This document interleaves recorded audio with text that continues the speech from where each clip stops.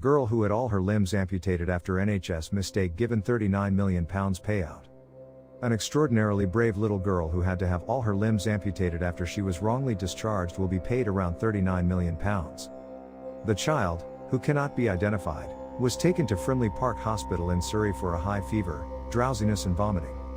She was exhibiting red flags for meningitis and sepsis, but doctors still discharged her after giving her paracetamol. She was then rushed to the pediatric intensive care unit of another hospital, where she suffered from multi-organ failure. The youngster ended up having to have above-knee amputations of both of her legs and above-elbow amputations of her arms. On top of this, she also had to undergo several procedures including skin grafts to treat the infection. But a few hours later, her parents took her back to A&E with a rash and a fever, and she was diagnosed with meningococcal sepsis. Her family brought a claim against Frimley Health NHS Foundation Trust, arguing that if she had been treated urgently with antibiotics, she would not have been as ill and would have avoided the amputations. The trust admitting liability and reached an agreement with the family at High Court in London.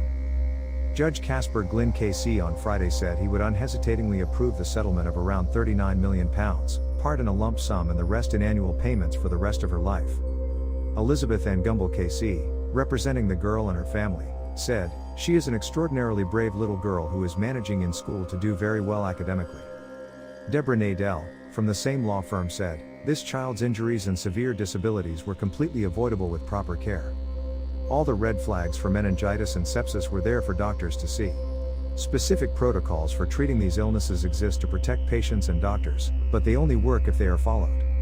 Settlement will help provide the girl with the equipment, therapy and aid she needs, and will help her live her most fulfilling life, despite what happened to her.